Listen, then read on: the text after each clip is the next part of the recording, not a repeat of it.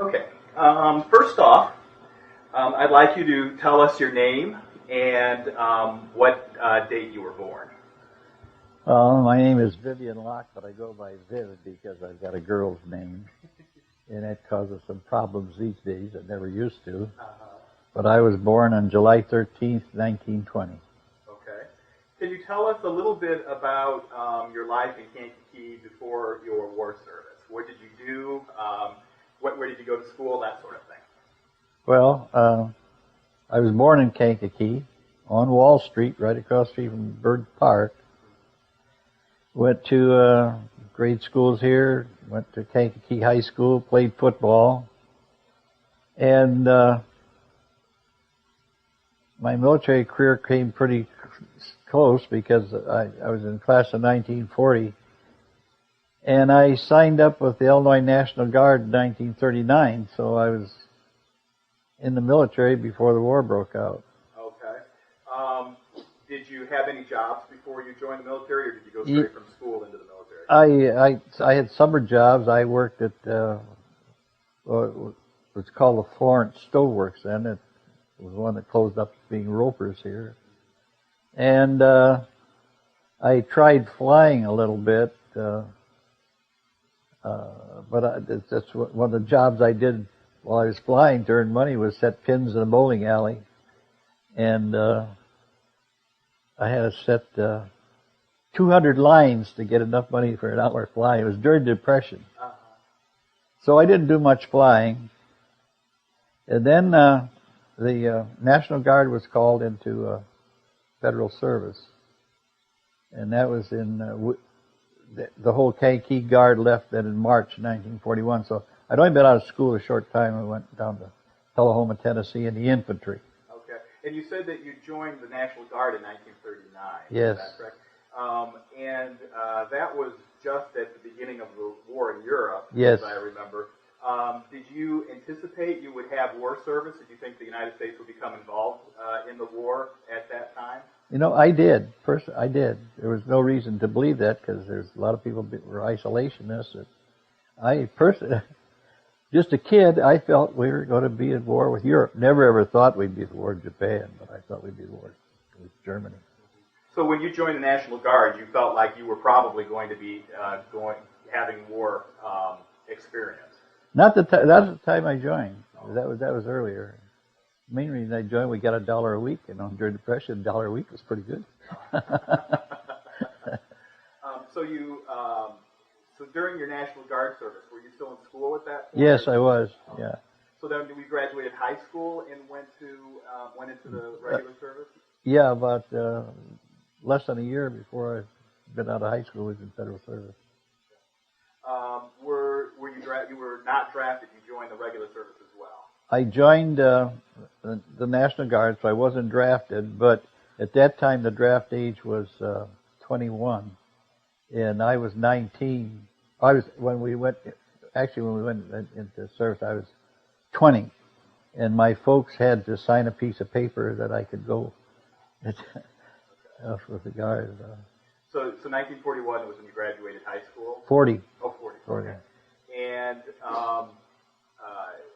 why did you join the particular branch of service that you joined? Well, that's the only one they had in Kankakee. Okay. Although it was divided into two units. There had L Company, which is a regular infantry company. Then they had 3rd Battalion Headquarters Company, which was a communications company of just a few men. And that's what I joined because my friend was in it. He wanted me to join with him. So. Okay. And your training, was done when you joined National Guard? Did you have to do any additional training when you joined the regular service? Yeah. Yes, it was. It was more intense, and every day. National Guard, it was just for a couple hours a week. Okay. But when we went down to Tullahoma, Tennessee, it was every day, almost 24/7. Okay. And when you went to Tennessee for your Army training, was the initial training for infantry, or when did the flight training begin? Oh, it was over a year. I was in infantry for over a year at Tullahoma, Tennessee. I had applied for pilot training actually before December 7th. but I didn't actually start flying until May of 1942. I had to wait in line, and I joined as a flying sergeant, not as a cadet. Okay. What is the difference between a cadet and a flying sergeant? Well, cadets, when they graduated, they all became officers. The flying sergeants, when they graduated, they were still sergeants. Okay. Well, but a private could. You had to be an enlisted man to get into the flying sergeants program to start with. Cadets, you could come right off the street and go into the cadets, and then become an officer flying. Okay. So, as a flying sergeant, were you actually the pilot? Could you command an aircraft? Yes, but I never had that happen to me, because a month before we graduated, they changed the rules, and they decided to make us flight officers, a brand new rank. Oh, okay. We'd never heard of it before. We found out the reason why later. None of us knew it, but we didn't know it. As flying sergeants, we could not go into combat as pilots. Didn't know they had a rule like that. So, but as warrant, a flight officer is the same as a warrant. Okay. So as warrant officers, they took us we could go into combat. Okay.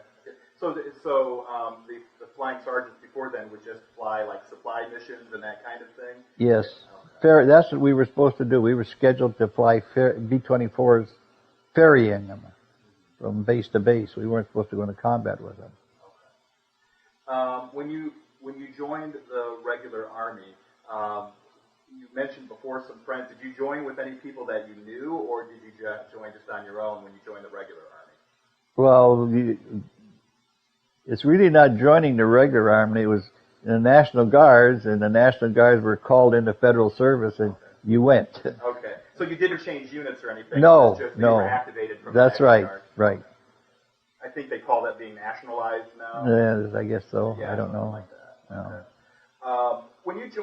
When you first joined up, was the military what you expected it to be? Were you surprised by the way it was? Nah, not really. I kind of expected it to be the way it was. I think one of the things I remember most about it was our uniforms. We were still wearing World War I uniforms with the breeches and wraparound leggings. Did that make you a little nervous that they might not have been up to snuff yet? No, because when I first joined, I didn't think we'd be going to war. I didn't know. It was just getting started. I wasn't following it like I did later, the kid in high school. Did you go to a variety of places for training, or did you train primarily in one place? One place, Camp Forest, Tennessee. Okay. And again, just so I remember, how long were you in Tennessee before you were actually deployed? Well, you said deployed. I don't. Sent overseas. Oh, okay. Well, there was a lot between that. But, okay. But okay, all right. We were in Tennessee I was in Tennessee from March 1941 till May 1942. Okay. And at that time, I went in the Air Force. I went to San Antonio, Texas, for a month of pre-flight training. Then I went to Bradenton Flying School, which was a civilian flying school for primary training for 2 months. Then to basic training at Perrin Field, Texas for 2 more months. And then to Ellington Field in Houston, Texas for advanced training for another 2 months. And then to B-24 training at Smyrna, Tennessee for another 2 months. And then to Tucson, Arizona into combat training. Okay. And B-24s. What before you actually got up to the bombers, what were the smaller aircraft that you trained in? The initial aircraft you trained in? First one was a PT-19. That's the one that's sitting up there in that model. The next one was a BT-13. And then I went to AT-9s, which is a twin-engine airplane. And then I went into B-24s, which is a tactical airplane. Okay. Was each successive airplane considerably more difficult to fly than the previous one, or did you kind of... It seemed like we just stepped up. You know, we were stepping up. It was not a whole lot harder. Of course, each time we stepped up, we knew a lot more than we did when we stepped up to the one before, and so it was about the same all the way through. They all flew the same way, just a little different techniques, I suppose.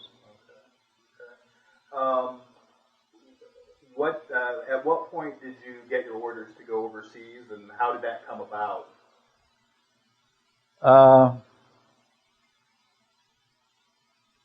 Well, we were in Smyrna, Tennessee, training for the ferrying command, to fly B-24s for the ferrying command. 2 weeks before we were supposed to leave for Long Beach, California, we got orders that we were not going to the ferrying command, we were going to bomber command. And you might say that's when we got our orders that we were going overseas, because everybody goes in bomber command except those they keep back for instructor and stuff like that. Just about everybody goes in bomber command and goes overseas. Right. You're not going to bomb California. No. Yeah. Okay. The ferrying command, what were the range of these aircraft? Were they flying them all the way from the States to Europe, or was it? Well, no, not in one shot. To get to Europe, I didn't ever make that trip, but I know some people did, and they went down through Africa. It was a long trip for them to get to. Then I think some of them might have went the northern route through Gander, Newfoundland. But most of the guys that I ever talked to that went overseas went to Africa, went South America, across to Africa, and back up to England. I think it took them about 3 or 4 different hops to get there. So what was the first base that you were sent to when you were sent overseas? Adak, Aleutian Islands. I have an uncle who served in the Aleutian Islands. Did you? Yeah, he was a medic there. Oh, where was he at it? You know? I don't remember. He's passed away about 4 years ago. Oh. But yeah, he was stationed in a field hospital in the Aleutian Islands. Yeah. So what was the specifics of your mission when you were in Alaska? Bombed the island of Kiska. Okay. Where is that, and what was important about the island of Kiska? American military? No, I'm hesitating a minute here because I'm thinking of the history of the Aleutian campaign, I guess. A lot of people don't know that there was a war in our state. It wasn't a state then. Right. But the Japanese had intended to take over Dutch Harbor, and we thought it could have been to invade the United States. We found out later it was just to make us think they were going to invade. Yeah, and to get some people up there to take them away from the South Pacific. And so their mission failed, Dutch Harbor, so they pulled back to Kiska and Adak. Now, there's nothing on these islands. There was a couple of weather stations, and I don't exactly know what happened to the people they had there, but they were probably executed. And were those 2 islands part of the Aleutian Islands? Yes, yeah. Attu is the furthest one out. That's the way the end of the Aleutian chain. And Kiska is about 200 miles from the end. So the mission up there was to bomb Kiska and bomb Attu. And but when I got there, the bombing was finished at Attu because they invaded Attu and the army had taken it over, our army. And so we were just bombing Kiska, but we made one mission when I was there to Paramashiro, which is a very far northern island of Japan. We went across the Bering Sea and bombed them.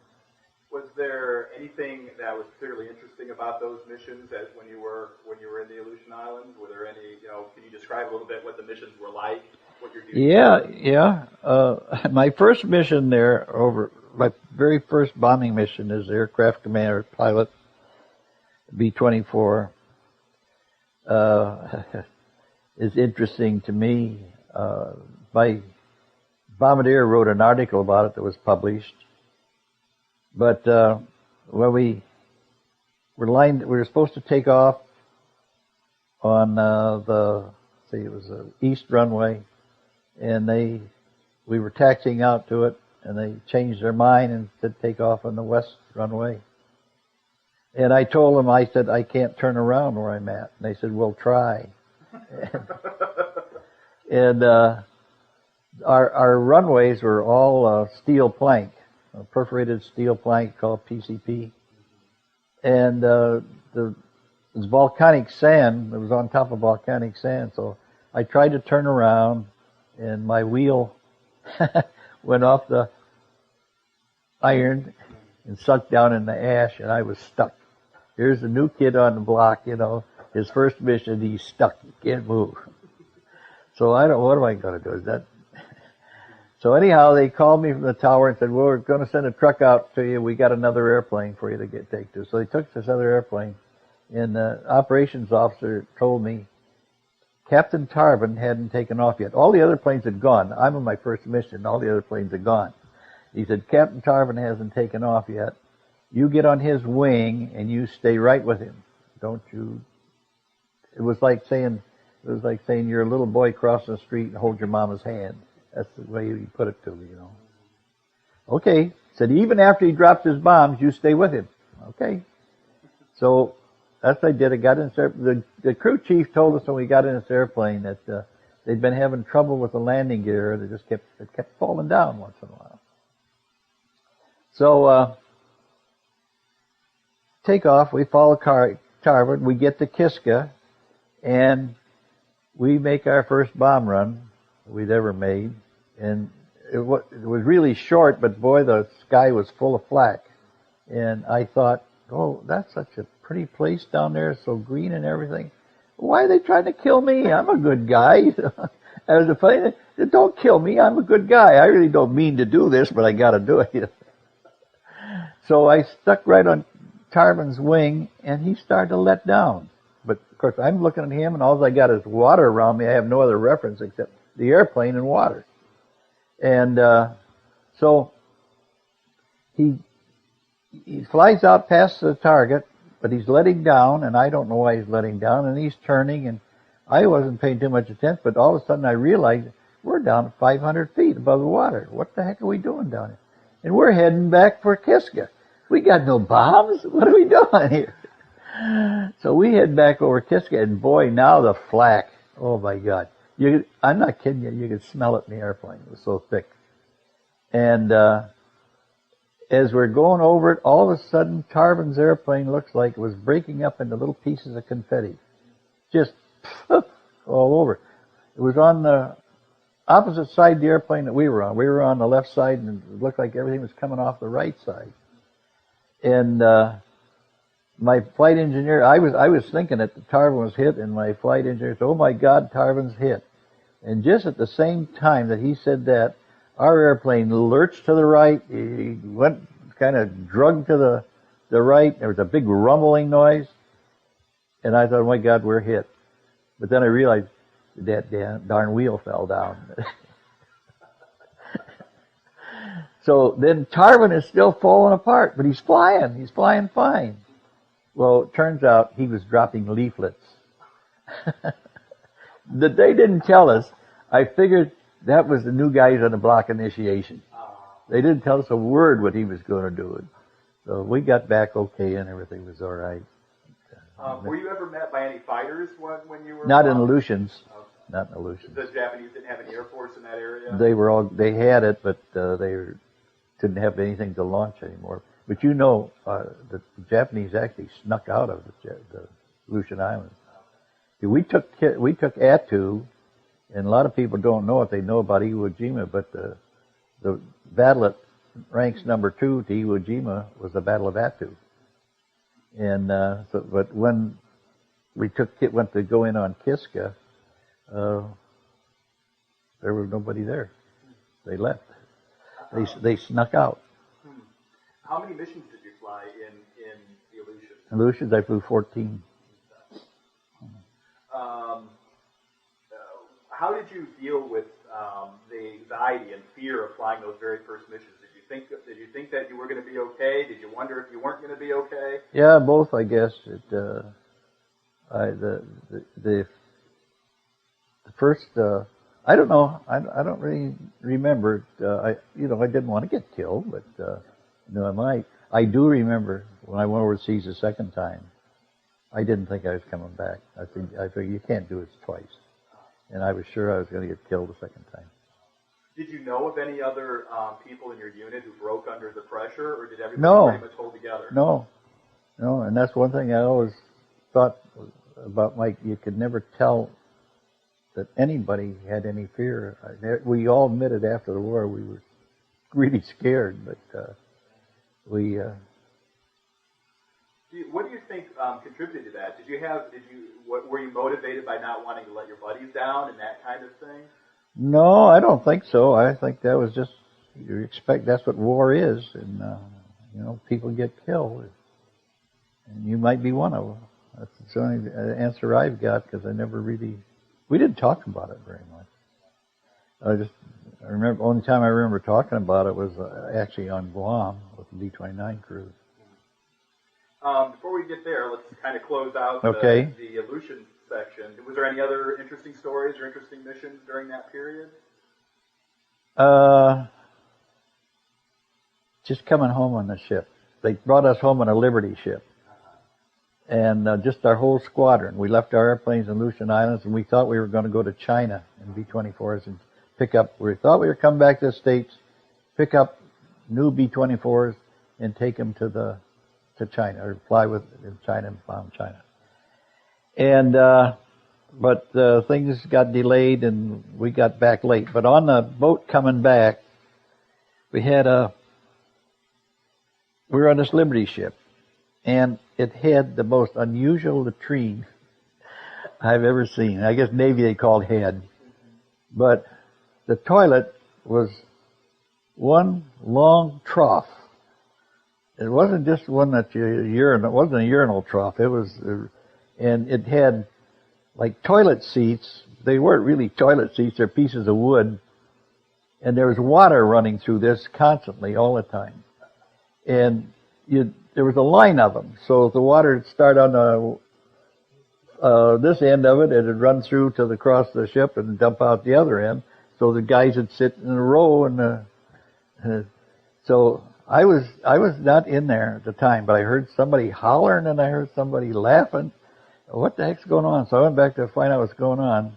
And this one fella went in there, and he was using the latrine, and he was sitting down near the end where the water dumped out of his buddy got up at the other end and sat down. He was reading a magazine, wasn't paying attention to it. His buddy got up the other end, took a bunch of toilet paper and wadded it up in a big wad so it stuck, and he set it on top of the water. He took his lighter and set it on fire. That's the kind of thing you did for fun. Yeah, that was it. Of course, that's when I heard the hollering was that the guy jumped up off it.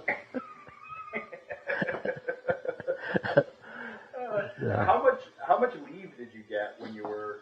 Well, that particular time we came back, we got all kinds of leave. We came back, and they gave us 30 days when we got back. And but were you on all the time when you were in the Aleutians?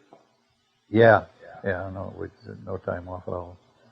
And so they gave us 30 days, but we were late getting back, so they didn't know what to do with us because another outfit went to China in our place.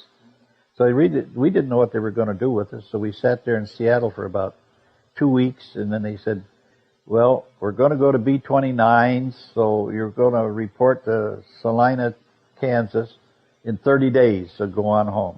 So I came home to Kankakee. He was home 30 days, and there is a kind of interesting story on coming home. Please tell it. When I flew my first commercial flight from Seattle to Chicago, Midway Airport. It was just called Chicago then. It wasn't called Midway. And we got in late at night, and things were closing down. This was the last flight in, and everybody was leaving. I guess they even vacated the terminal. I don't know. I wasn't there quite that long. But all the cabs are gone. There was only one cab left, and it already had a passenger.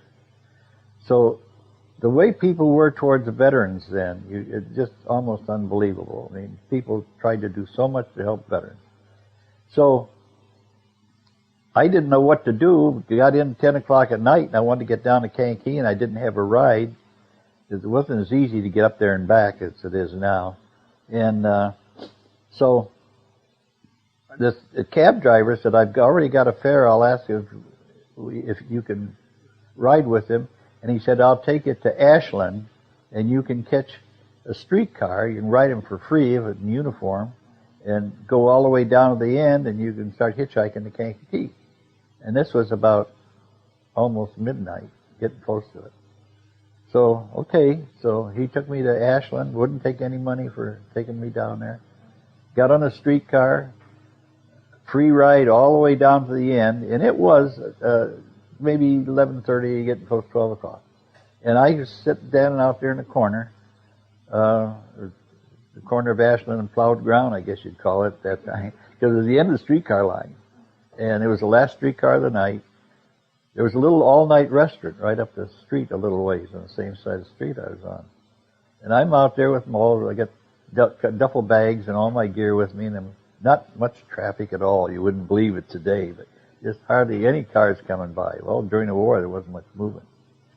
So anyhow, the guy from this restaurant comes down and tells me that the lady in the restaurant would like me to come up there and talk. So I can't. I got to get a job. I got to try to get home.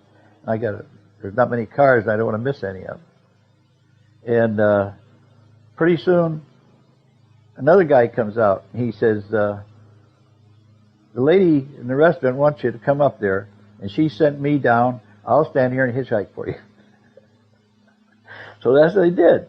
And I went back up to the restaurant, and boy, they gave me a piece of pie, they gave me coffee, anything I wanted, you know. And the guy is down there, stopping every car that came up. He'd go and he'd talk to him. He just stopped. Pretty soon the truck came by. He stopped the truck, and it was coming to Kankakee. It was a cattle truck. I got in the cattle truck. They left me off at the depot. Called home, and my folks said, that was 2 o'clock in the morning. It wouldn't do that today. No, but Chicago was one of the greatest, everybody tell you, Chicago was one of the greatest towns for veterans during the war that there ever was. Just so that I'm clear, how long were you in the Aleutians, and then how long were you home afterwards? I was in the Aleutians just short of 6 months. I was home for 30 days, and they sent us to Salina, Kansas. At Salina, Kansas, Smoky Hill was called. They were getting B-29s in, but they didn't have enough for us to fly, and we were overcrowded. There was nothing for us to do, and I think we were there a couple of weeks, and they sent us home for another 30 days. So, almost back-to-back leaves. So I went home for another 30 days, and we go back to Salina, Kansas. We're there about 2 weeks, and we're transferred to Clovis, New Mexico. So we moved to Clovis, New Mexico, and we were not there, I don't know if we may have been there 10 days, 2 weeks. They didn't have anything to fly, nothing for us to do, go home for another 30 days. So in that period there, I had a lot of leave. So that adds up to about 3 months, right? Yeah, it does, yeah. And then we stayed at Clovis. We didn't have any airplanes, so we flew B-17s for a while until we got B-24s, and then, or B-29s rather. Then we went to the B-29 training. And then what was your next stop after that? Was that overseas again? Yes. We went from Clovis to Kearney, Nebraska by train, and at Kearney, Nebraska, we picked up brand new airplanes. I picked up that airplane right there. It was had 2 hours flying time on it, and we flew. That's the same airplane we flew all through the war. And that was B-29? Yeah. That's another 4-engine bomber. Yeah. And so what was your next stop with your new aircraft? Where were you stationed? Well, we stopped in the Hawaiian Islands just briefly, and then we went Kwajalein, and from Kwajalein to Guam. I got a story from Hawaiian Islands. Sure, let her When we got to Hawaiian Islands, it was, we'd been flying all night, and there was a storm moving in on the runway, but it wasn't there yet. It was pretty clear. And my altitude was too high to really make a straight-in approach. So the tower called me and said, if you want to, you can make a straight-in approach. And I thought, well, I want to get there before the storm gets there, so I said, I'll make a straight-in approach. So I was too high, like I said, so I had to put the nose down. So when I landed, I was too fast. I was just really going. And I put on the brakes, and it wasn't slowing down, and I said to the co-pilot, I said, get on the brakes with me. He got on the brakes with me. The B-29 is the only airplane I knew that ever had emergency brakes on it, but it had emergency brakes, and they were up here, 2 red handles. I reached up, and I pulled red handles back. We got the airplane slowed down, made a high-speed turn off the runway, taxied up to the ramp. And as we taxi up to the ramp, everybody's coming out to look at our airplane. Now, what's going on here? There's B-29s all over. Why are they looking at our airplane? So I had to hurry up and get out, see what was going on. Well, I found out what was going on. All 4 tires had flat spots on them, where they'd locked up. The 2 on the left side were just flat. You know, if you've ever seen one that was slid, just flat, a tire. On the right side, one of them had a hole in it about that big in there's dual whales on it, like, well, you can't see that. You can see the inner tube all busted up flat inside. And the other one was worn so flat, you could see the inner tube, and I took my finger and I pushed it on the inner tube. That's how close we were to blowing all on one side.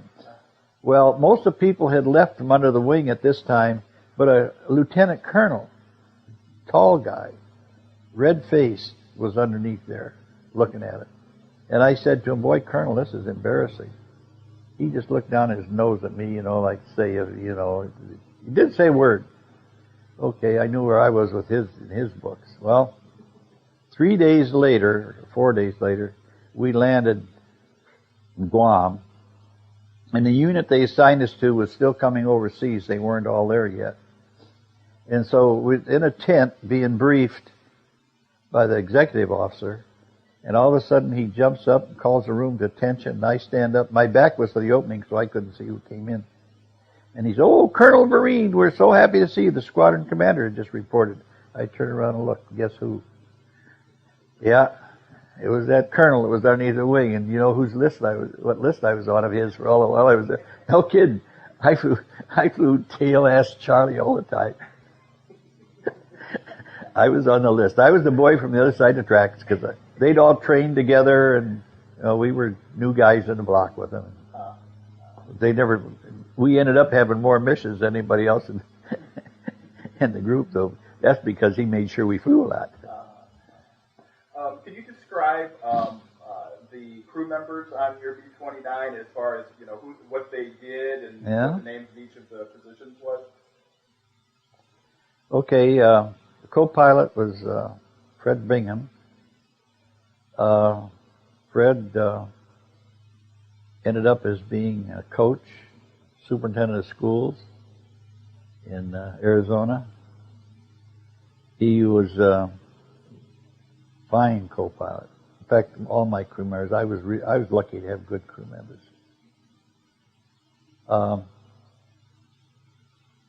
The bombardier was Frank Reuter from Arizona, from Aurora. I could tell a kind of funny story about Frank. I don't know if I should or not, though. I'll tell you. You can cut it out if you want to. But at the end of the war, Frank went to an auction. They had to sell some stuff that they were sent that you buy and take back, like some hardware stuff that they brought over and paid for themselves. And he bought this box of screen door springs, and he asked what he was going to do with them. He said he's going to sell them when he got back to the States. And he had a 3-pound coffee can half full of padlocks. And I said, what are you going to do with them? Are you going to sell them too? And he said, yeah. said, how much? At 50 cents a piece. Well, I thought, well, that's not bad. Those are pretty locked. I said, will you sell a couple now? He says, yeah. I said, I'll take 2. So I had a dollar bill in this hand, and I'm holding 2 locks on this in my fingers. So where are the keys? No keys, no keys. That was Frankie. Then there was the navigator was Dave Collins. Oh, these are the commissioned. They were all commissioned officers. Dave Collins, and before he came in service, I believe he was a soda jerk. He didn't mind saying it. I could tell you another story about him. He was he'd been a soda jerk. He hadn't been out of school very long, and he became a navigator. He was a real good navigator. In fact, he ended up as full colonel. He ended up as mayor of Smyrna, Tennessee. But anyhow, we had a delay. We were in training close to Mexico. We had a delay, and we were just standing around on the airplane, and we wore throat mics. They had 2 little buttons on each side, and a little piece of wire that came down. They had 2 little prongs on it. And we were just standing around there. My co-pilot came up and he got a hold of the wire and he put it in his ear like this.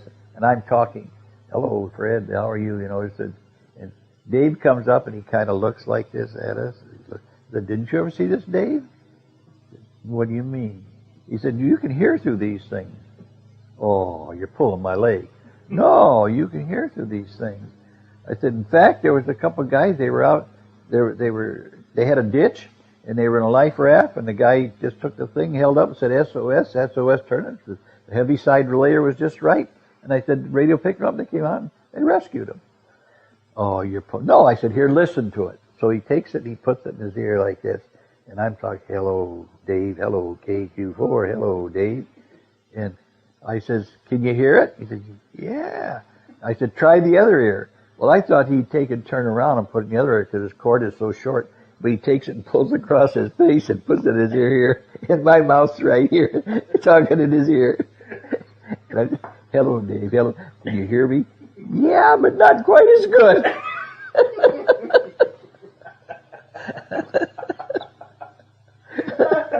Did that kind of hurt your confidence in his smarts? Yeah. Then everybody started laughing and he caught on. Let's see. Then there was Buddy Ross. He was the radar navigator. We had 2 navigators. Dave sat up front in the front with us, and Buddy was in the back operating the radar. Buddy was he was really kind of a go-to guy. I could count on him for everything. And he was in the lumber business. He passed away just about 3 years ago, I guess. I talked to his wife just the other night. Then we had the flight engineer, Bill Barber. He was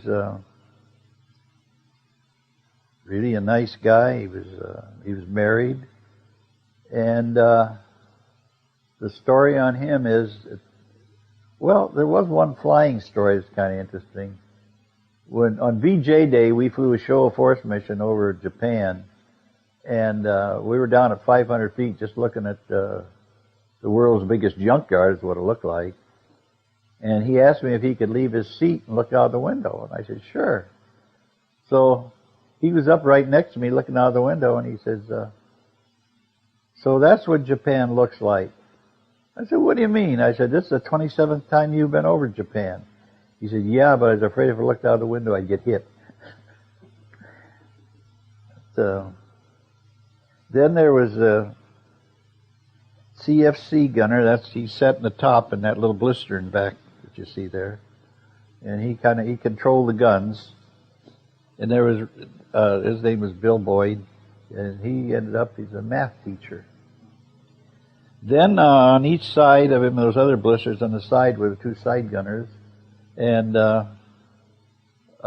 one Lamborn, I think he was from Utah. He died young, and I don't know what he really did. I think he worked for the highway department. And on the other side was Jack Ryan, who ended up as an attorney.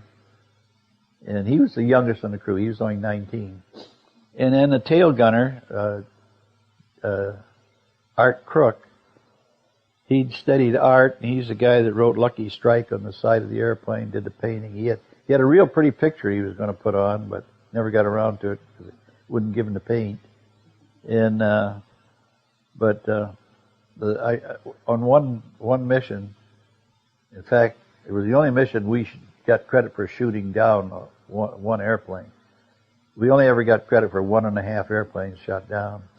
But I'll never forget it because I could feel his guns firing up front, and I could hear him through his interphone when he keyed his mic, and he said, "Here comes Tojo, in at 5 o'clock, there he goes, down in smoke."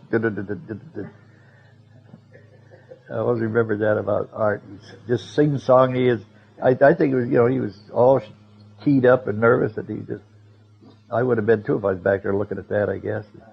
And he ended up as being the Dean of Fine Arts at the University of Wisconsin. But he died early. He was only 57 when he died. And that was a crew. There were 11 of us.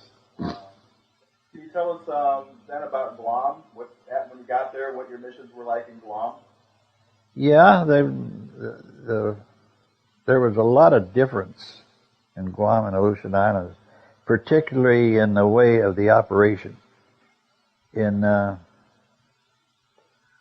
Aleutian Islands, it was, we're going to bomb Kiska today at 2 o'clock, be down at the flight line at 1. That's it, Not in Guam. You go into a briefing room, charts, maps, different briefers, briefing folder, first class operation. Knew what we were going to do, knew how we were going to do it, knew what time we were taking off. And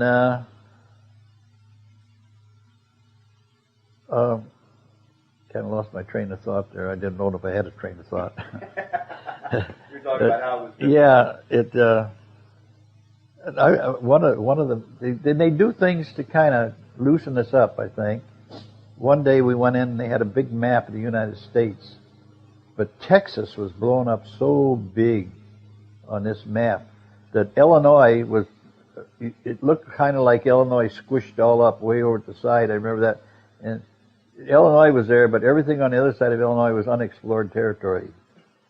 And they were talking about the great things Texas was and how great it was.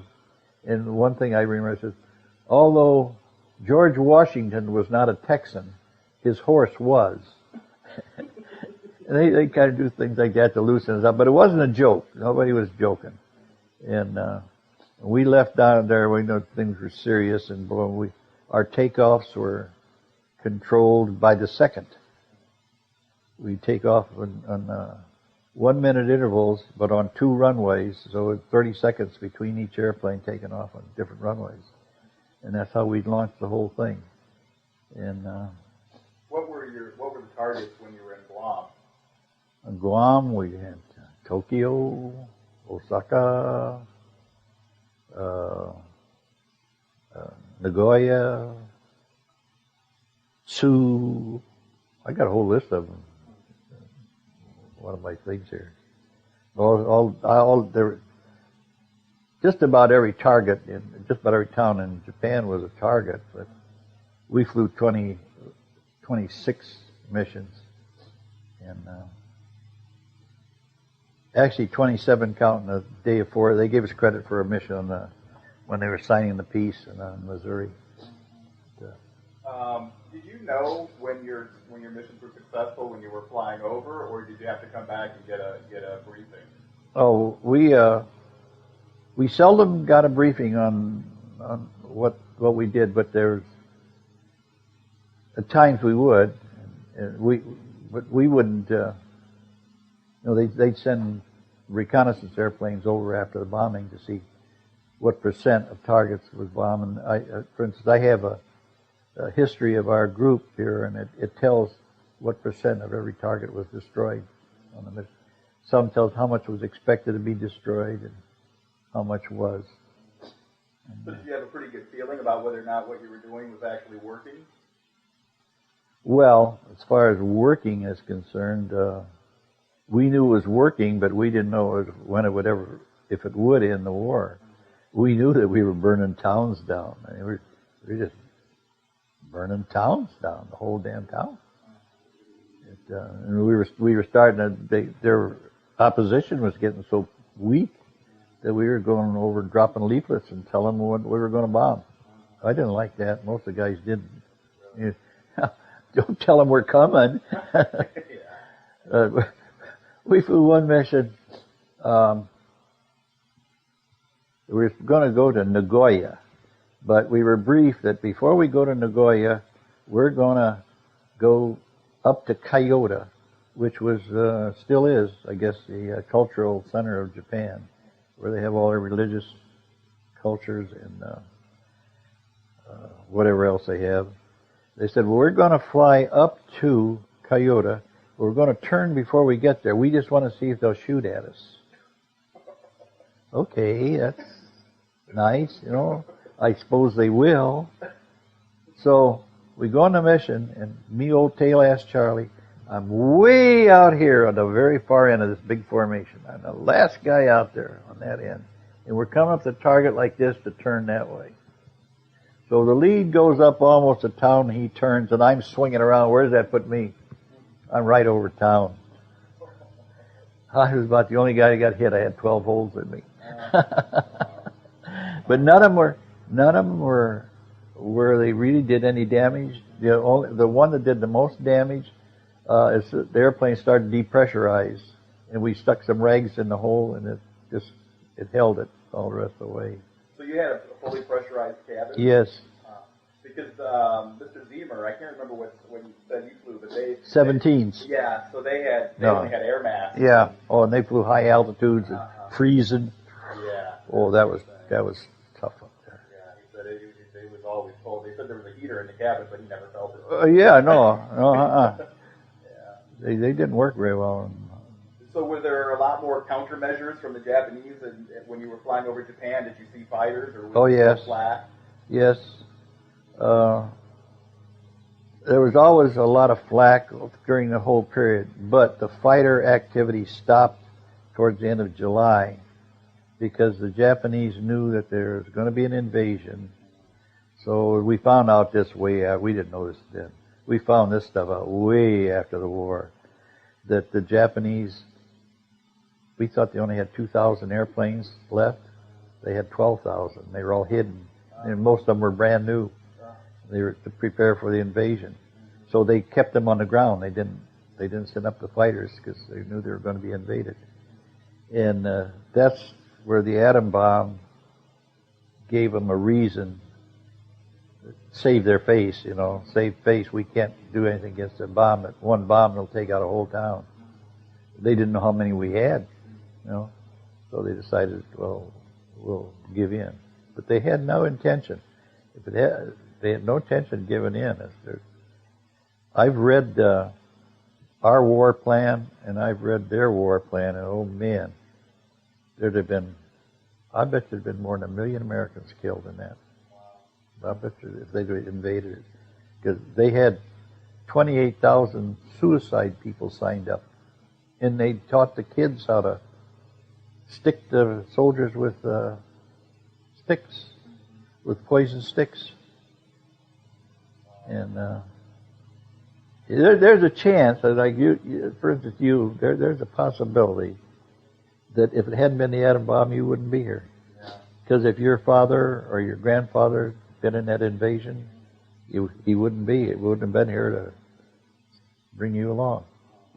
I'd have been lucky. My dad was just World War II age, but he was 4F. He had a deformed hand, so he couldn't serve. But a lot of people wouldn't be around. Yeah. So the activities you were going out over Japan, you felt they were quite a bit more dangerous than what was going on in the Aleutians? All except one mission. in the Aleutians. And the one mission in Aleutians probably was rougher than any of the Japan missions, because we went over with this was bombing this island of Paramashiro, Northern Ireland. We went over with 10 B-24s and 10 B-25s. We came back with 5 B-25s and 5 B-24s. And usually we had a lot of our missions in Japan, we come back with every airplane. But the B-29 was a tough airplane. It brought people back. I know one incident happened to a guy in our group, our airplane in our group, that they took a direct hit on the nose and tore off the whole front end of the nose on the left side, killed the pilot instantly, damaged all the controls, and they managed to get the airplane to Iwo Jima and bail out. So, and then you can, I've got pictures of the B-29 junkyards on Tinian. I got the best one's the one on Tinian. And you wouldn't believe all these huge B-29s piled up. You just can't, when you realize that they're 100 feet long and you see about 7 or 8 of them all piled up like a pile of crap. Like toys. Yeah, just piled up all junk. I'll show it to you after a while. I want to see it. I got a computer here. So were there any other memorable missions in Guam before we move out? Oh, let's see. Oh, yeah. There's one kind of funny one. Okay. It was a night mission, and we had seen on our bulletin board a copy of a radio broadcast that was given, the translation of it, that was given to the Japanese people. That the Japanese had a new weapon. This weapon would knock every ship that came into Japanese waters, it would sink them. It would, every airplane that flew over their skies would be shot down, and this weapon was about to go into operation. Secret weapon. Well, I don't know about a secret weapon. That's how we all felt, you know. Might be, but you know, it's in the back of your head. Oh, you know, maybe they do have it. We don't know. So we're on this night mission, and there was an undercast. We couldn't really see the town, so we dropped our bombs by radar. And right after we dropped our bombs, there wasn't much flak because they couldn't see us to shoot at us.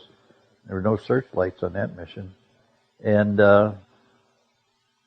we turned off the target, and we were headed for back to Guam, but we were still over Japan. Right after we got off the target, we hadn't taken off our flak suits yet or anything. And the bombardier said, "There's a white light right underneath us, and it's following us. It's going at exactly the same speed we are." He said, "I don't know if it's in the clouds or under the clouds, but whatever, it's going exactly the same." Now, he can see it because he can look straight down at it. We can't see it sitting back here. And the only other two people can see it are the side gunners. They can look down the side of the airplane. And so I told the engineer, "Give me max power," and I started to go through evasive action because, boy, that secret weapon might be. It's got us. So I'm doing evasive action. And evasive action was hard to do on a B-29 because you've had to really put a lot of weight in the controls. And you're working. You really have to work. It's physical labor. And all of a sudden, he said, "They turned it out." So I said, "Okay, cruise power engineer." So we come back to cruise power. They turned it on again. Max power engineer. Boy, I'm going through evasive action again. And oh my God, my throat is so dry. I'm perspiring because I had a flak helmet on, I had flak suit on, all my stuff, and I'm just soaking, and I'm just working at this airplane, and it goes off again. Okay, cruise power engineer. They turn it back on. There we go. Holy mackerel. So, Buddy, the radar operator, calls me up. The guy was level-headed. He says, "Hey, Viv," he said, "I'm not painting anything down there in my radar." He says, "Can I go look out of the gunner's window to see what might be down there?" He wasn't off. I said, "Go ahead." He wasn't off over 15, 20 seconds. "Hey, Viv," he said, "that's a reflection of the moon on the clouds." And every time we come to break in the clouds, it goes off. Oh boy. Nothing was ever said about it, but we all laugh about that when we get together. So we were chased out of Japan by the moon. We had one other thing that I thought was funny that happened at night on a night mission. This was the mission we went on where they dropped leaflets and told them we were coming. And we were briefed that they only had 11 searchlights in this town, so we wouldn't have many searchlights. We got there and the town was ringed with searchlights, just all over it. And I was where I was flying. There was a fellow flying up about here, and I'm kind of down about here from him. And he's caught into 5 searchlights. There's 5 searchlights. They're in a ring down there. I can see where they're at. A ring down over here on the ground. And they were all on him. And I knew they were going to catch me. And sure enough, all of a sudden, 2 of them are on me and 3 of them are on him. And what I didn't tell you was that we always had trouble with our bomb bay doors. And we dropped our bombs already, and we'd had trouble. The bomb bay doors wouldn't close, so our bomb bay doors were open. And here we are in these 2 searchlights.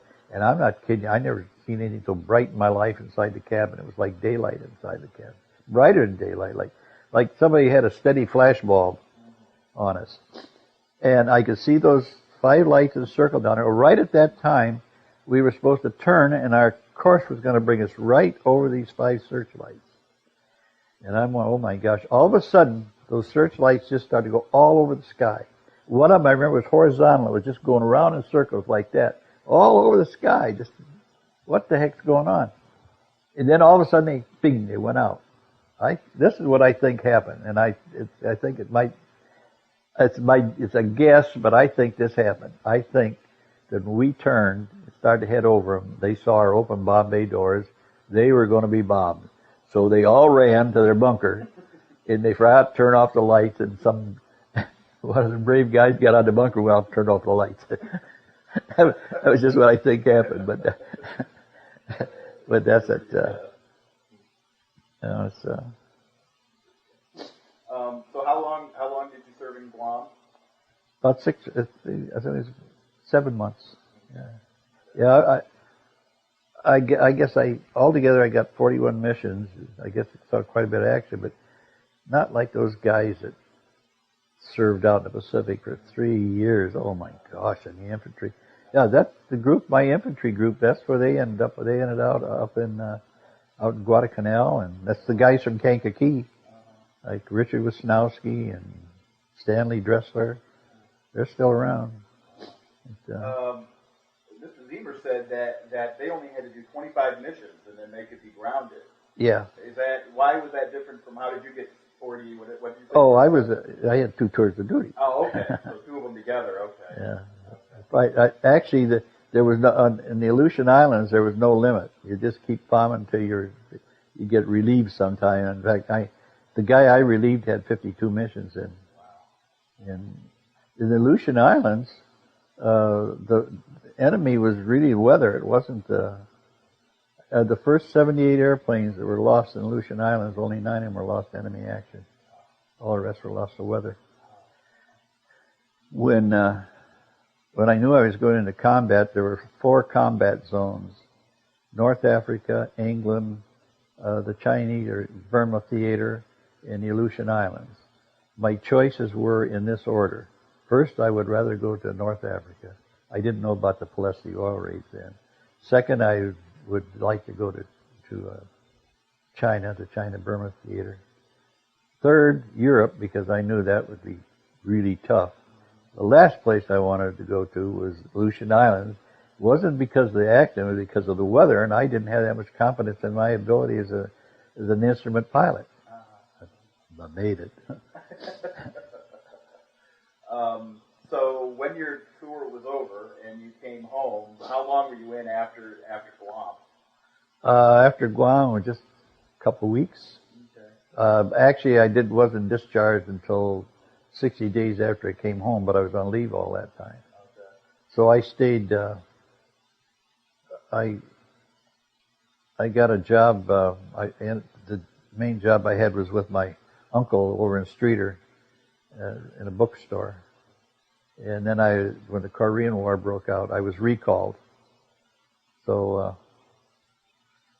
I went back in, and I stayed in until I got a retirement. Really? Yeah. What rank did you retire at? Lieutenant Colonel. So did you do bombing raids in Korea as well? No, I didn't have to go to Korea. I was assigned to a reconnaissance unit that was doing what it was before they had the U-2s. The spy, it was a unit that was doing that. But I was in the tanker division of it. I was flying B-29. They called them KB-29s, and we were hose and reel tankers. We'd drop a hose to the B-50s, and they'd pull it in, and we'd refuel them in the air. And then from there, I went to KC-97 tankers. Then I ended up in KC-135 jet tankers. So you ended up flying jets? Yeah. How many years did you have in the service then by the time you were done? All the total was 29. Count my reserve time between the wars, it was all 29. Wow. So that would put you even during the Vietnam era. Yeah. Yeah. And I didn't go to Vietnam. I was coming close to it, I think. But I'd spent. I was sent to Fairbanks, Alaska, for 2.5 years. That was considered an overseas tour at that time, and I think it still is. You talked about your plane being called the City of Kankakee. Did you name it that? Yeah, there's kind of a story about that too. Okay. You know Beaverville, living down. Oh, sure. Okay, all right. Well, at that time, people, when they talked about good workers, they'd call them beavers. And my guys, I kind of got in the habit of calling each other beaver. And when we came time to name the airplane, everybody wanted to name it after their own town. We couldn't agree on anything. I tried to be diplomatic about it, give everybody choice. And I really wanted to name it the City of Kankakee. So I said, there's a town close to Kankakee that's called Beaverville. Oh, great, we're the City of Beaverville. They all decided we're the City of Beaverville. So the day came that we had to name our airplane. This was General May's orders. We had to name our airplane after a city, Kankakee, in the U.S. So the day we were supposed to go down and turn in a name, I had it written down on a piece of paper that they'd given us, a form, because we had two names, City of Kankakee and Lucky Strike. So I was walking down there, and I was thinking, I was walking, thinking, I'm really the captain of this airplane. I'm the boss here. And I don't know. So when I got down there, I asked the guy, "You got another form?" I said, "Yeah, I wrote out City of Kankakee, Lucky Strike." They haven't forgiven me yet.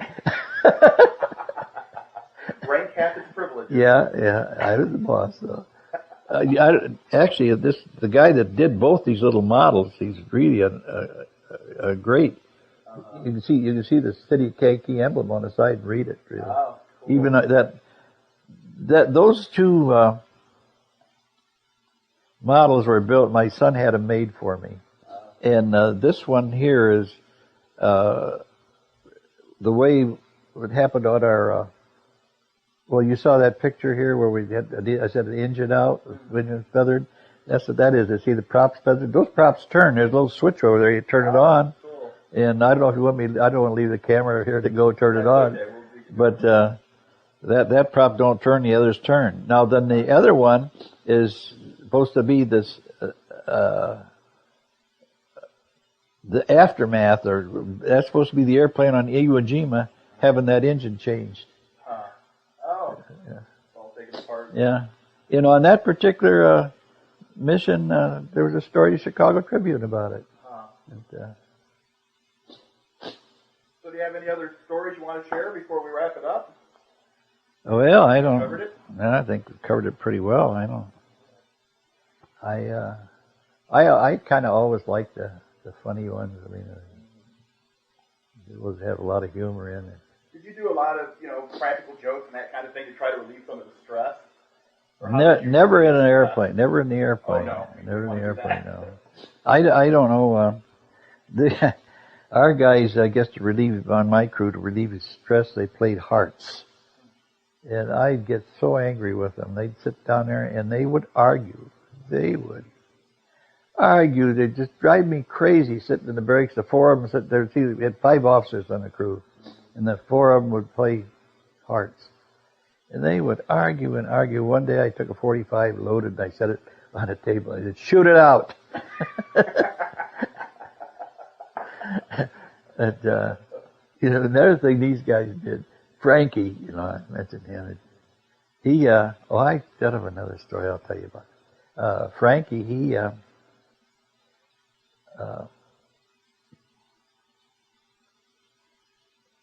never caught on. They'd always, before they'd play, they'd flip for Cokes as he was buying Cokes.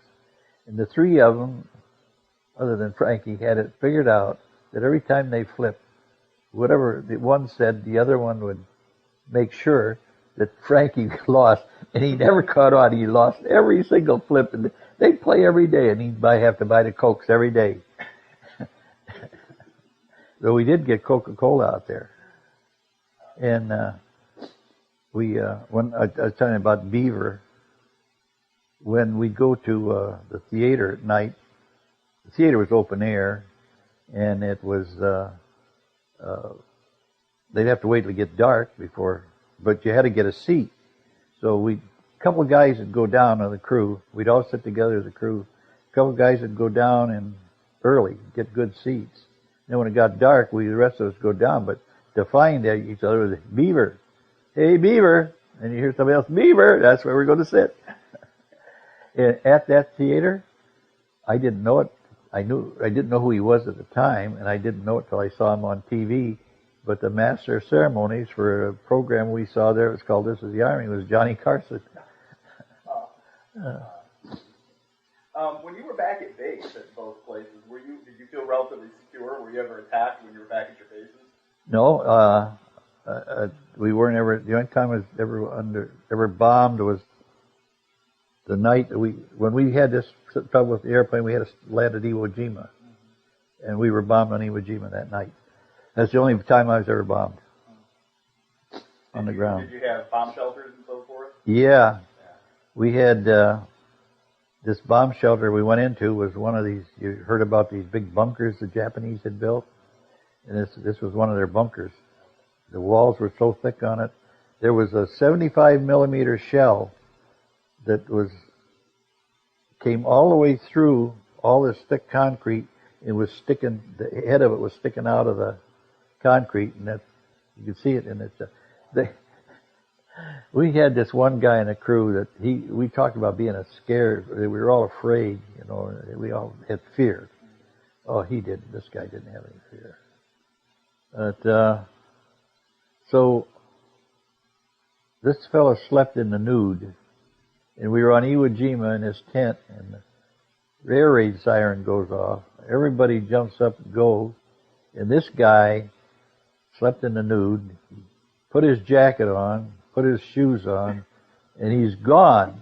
And he hollers, "Buddy, bring my pants." Funny, he grabbed his jacket before he grabbed his pants. Yeah. So there we are in a bomb shelter. Buddy didn't grab his pants. There we are in the bomb shelter. And the only place to sit down is on this concrete floor, and it had this volcanic sand all over it. He couldn't sit down. And we were in there a long time. "Well, you bring my pants." And Buddy, "I'm too busy putting on my own to bring yours."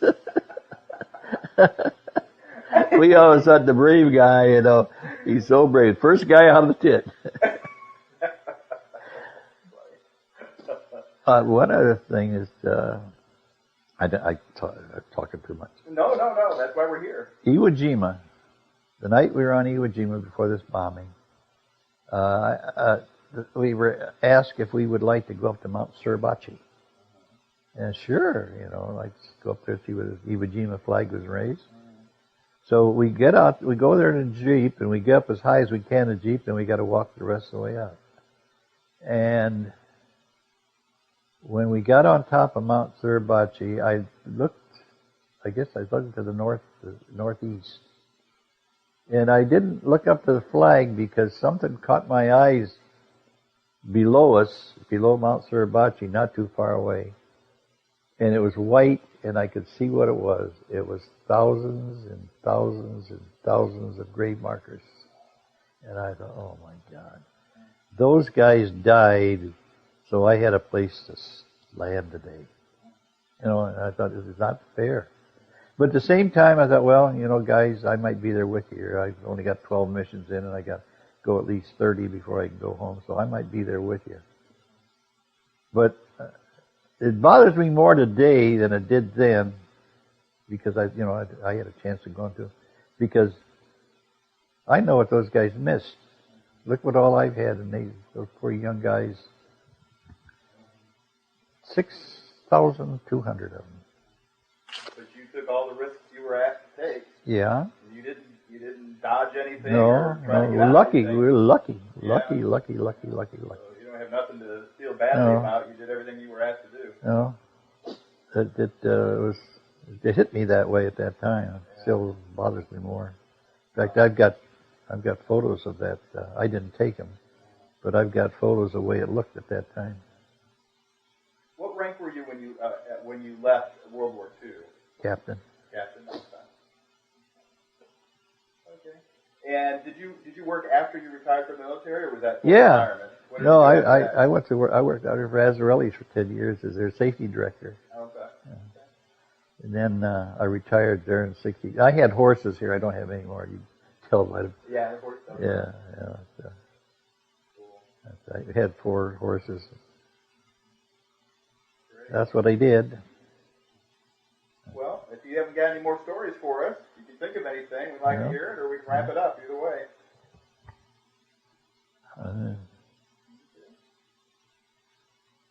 I was thinking of something, but I don't know what the heck it was. It was something. It was one of the funny stories. I guess I'm having a senior moment. I can't think of what it was. But there were a lot of funny times. Of course, on bomb runs, they were serious. I had some magic working for me. I could shrink myself. I could make myself so tiny nothing could hit me. I wasn't much bigger than an ant sitting in that seat flying there. So how was anything going to hit me if I was that little? But then the other thing I'd think of, where would I rather be that would be a bad place to be than be where I'm at right now? And I used to think I'd rather be in a dentist chair with no Novocaine and a dentist drilling on a nerve of my tooth than being where I'm at. When the fighters come in on you, well, it's like, boy, we got a game going here. You know, we're shooting at you, you're shooting at us. But the flak, there's nothing you can do about that. You just got to ride into it. You know, you have to ride into it. The first time I ever had a fighter come in on the nose of the airplane, and he was firing at us, coming in directly on the nose, and he was firing at us, I didn't think he was going to make it because I thought he was on fire. It was the Japanese didn't use tracers, and it was his guns on the leading edge of the wing firing at us. It looked like fire. It just looked like the whole front of his airplane was on fire. Oh, he's not going to make it. He made it. Have you been to any of the places you've served since you retired? No. See, in the States, I guess maybe I have in the States. I can't. No. Guess there was all different bases. I know that in some cases, some people after the war still held some animosity towards Japan. And did you ever hold on to any of that, or did you kind of let all that go after the war was over? I didn't let it go till just a couple of years ago. Really? You don't know about that? In the paper, about this Japanese guy that got in touch with me. Oh, I think I do remember reading that. Okay, yeah. And he was here. Okay. Yeah. Up until that time, I wouldn't buy anything Japanese. I wouldn't even. Wow. But after we're through here, I'll show you an email he sent me. Okay. Just I sent him an email the day the war ended. Mm-hmm. See, that was his town was the last town bombed during World War II. Mm-hmm. And I was on that bombing mission. Oh. And so he tried to get a hold of somebody who was flew and ended up being me. He came here with a Reader's Digest reporter from Canada. Wow. Are you grateful for that experience? Yes. Yeah. Yes, I really am. I thought it was going to really be awkward, but it wasn't. We both agreed that if somebody in his family had perished in that thing, that it would have never happened. We would never gotten together. Because I wouldn't have wanted to. Yeah. And he doesn't think he would either. Wow. But he's retired now. He was 11 years old then. And he didn't feel any anger towards you for being one of the guys who bombed his village? No. No. Did he blame his government for what had happened, or? Well, if he did, he didn't talk about it. Didn't know. But a little, you can tell that he was. He had some feeling about it, about the government, because I really think if it got down to it, he knows a lot about the government, because he talked about. He said he was active when he was in college. He said he was very active in all of the. And first I was a Nazi, and he said then I was a communist. He went the whole range. And he said I was active in all of it. Now I'm a capitalist. Wow. That's interesting. That was quite a thing for him to try to seek out people like that. Yeah. Well, he's very well educated. Yeah. He's a chemical engineer. And this last email he sent me he said, well, I'll just tell you, instead of showing you, I'll tell you about it. Okay. He said that we're talking about the last day of the war, and he said at that time, he said that my family, everything was still smoldering, and we were trying to go through the rubble to see if anything we could find. He said we were dirty, we were tired, and he said we must have looked like war refugees. Of course they were. Yeah. He said we must have looked like war refugees. And he said, today, I and my 3 brothers all have 2 or more cars. He said 3 of us have retired, what do they call them? Places they could get away to, homes they could get away to. Vacation homes, that kind of thing. Yeah, and he said, and I traveled to China and Japan 2 or 3 times a year. And he said, who ever thought 62 years ago that we'd be living like we are today? And at the end he said, time heals everything. Yeah. That's true. We'll have to get the date of that article. We have all the papers back at the library and we can get a copy of it. It's the 29th of July, I remember real well. Okay, of what year? Of this year? Yeah. Okay, I do remember. I just know there's a piece right back of me here. Okay. We can get it from the library. Yeah, okay. Okay. Well, if that's all you have. Okay. Well, the only other thing I can say is that, as a wrap up, I guess, this article that's going to come out in Reader's Digest, it's going to be Canadian Reader's Digest. Okay. And it's supposed to be in, I just found out yesterday, it's supposed to be in the December issue this year, but it's not guaranteed. It's written by an author by the name of Kim Tanov. Did you you never visited Japan when you were serving during the Korean War? No. No. Where were you based? I never got out of the United States during the Korean War. Okay. Well, I didn't go, but our unit would go TDY to England, and our B-50s would fly up around the edge of Russia. And we called them RB-29s, RB-29 because they had all kinds of camera equipment, radio equipment on reconnaissance. How would you have felt about going to Japan? Because I know a lot of people who served during the Korean conflict were based in Japan. Would you have not wanted to go there? No, I still don't. Yeah. But I don't know. I was talking to a guy one time when I was in 98th Air Refueling Squadron who'd spend a tour in Japan, and he told me, he said, you wouldn't be welcome in Japan. He said they still don't like B-29 pilots. He said my lady he had working for me said, even her, she said, oh, American pilots, they nice. They B-29 bad man. Wow. Wow. Yeah. Well, you know, most of the guys that bailed out were lucky enough to bail out and live. Yeah. Bail out. Most of them were executed. Had their heads taken off. Just the other day, I was watching the Little League World Series, and the Japanese kids were playing the American kids, and I remember thinking, before World War II, the Japanese didn't play baseball. No, The Americans brought baseball to Japan, and I thought, isn't that interesting that after the war, they embraced that part of American culture so closely. Yeah. You know, they just love baseball now. Yeah. They just took it all their own. Yeah. Well, I thank you very much for doing this for us. This was a wonderful experience. I'm very proud to have met you, and thank you for your service. I've enjoyed it. Yeah. So.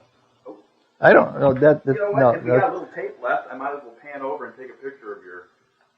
Okay. Yeah. Let me get that tape out of there. If you get on the side here, you can see. Well, I can turn it so you can see Kankakee. Let's see, put this over here. I walk better in a chair than I do standing up. Here, we can move the camera. What's on these minutes? 90 minutes? This one's 90, yeah. Okay, well, we got 8 minutes left.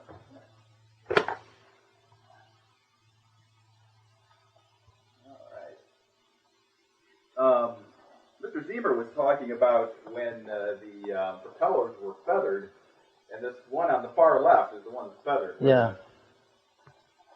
Prop right into the wind. Wow. See how this is feathered. See the angle of the prop is straight. The reason they did that is if the wind catches it and turns it, it'll run away. I did have one run away with this when I was in training. A noise like you never heard would happen there. But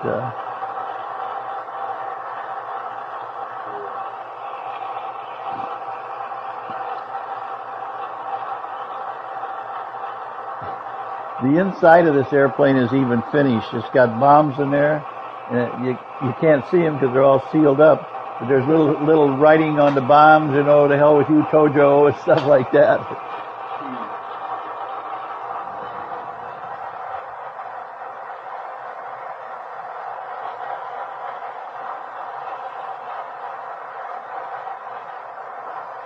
This is marked exactly the same as our plane, the yellow K and a 16 on the side. So, if this is your plane, which one is you in there? On that side. On the right side? Yeah, left side. Oh, left side. Yeah, you're right as you're looking at it, but it's left side of the airplane. A lot of guys that I know who got out became commercial pilots. Was that ever anything you were interested in doing? Well, at the time I got out, all the commercial jobs were taken, and pilots were like a dime a dozen. Did you really enjoy flying? Yeah, I did, but I don't know why I never cared for it afterwards. You never flew after the war? Yeah, I flew a lot after the war. I was in for right, but after I retired, no, just a little bit, and I never. And when this fellow interviewed me from, the fellow interviewed me from the Hall of Fame. Mm-hmm. He said, asked me the same question. And I told him, a friend of mine asked me that retired, and he said, "Did you doing any flying?" I said, "No." He says, "Do you miss it?" And I says, "No." He says, "Neither do I." He says, "I wonder how come." And this Dr. Carlson said, he said I find that true of most military pilots. And he said, and I think that it's the power. After the power you've been flying, that to go out and fly a little 150 horsepower engine airplane is nothing to you. And I never thought at the time, but I think it is. Because the thrill I got out of flying was you grab those four throttles and you push them forward, and you feel all that, and you hear those things come in. That's the best part of it. And the other best part of it is landing. I had a navigator flying when we were flying KC-97s. He said, you know, we can go up and have a perfect navigation mission, and refueling and everything can go perfect, and we come in and land, and the pilot makes a bad landing, and the whole mission is a bust. As far as the pilot's concerned, the whole mission's a bust. If we can go up and everything else can go wrong, he comes in and he goes, smooths it down. Mission's a success.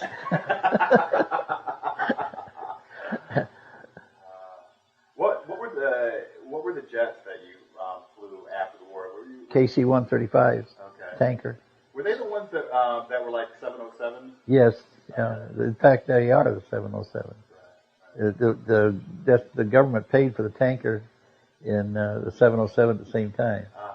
And this last week, a guy called me up and said he was watching the shuttle landing. I think it was last week, and he said they asked the pilot what it was like to land a shuttle. He said, just like landing a KC-135 airplane. So I figured, I guess I can land a shuttle. Great. So. All right, well, we're just about out of take time. Okay. All right. Well, this was a wonderful experience. I talk too much. No.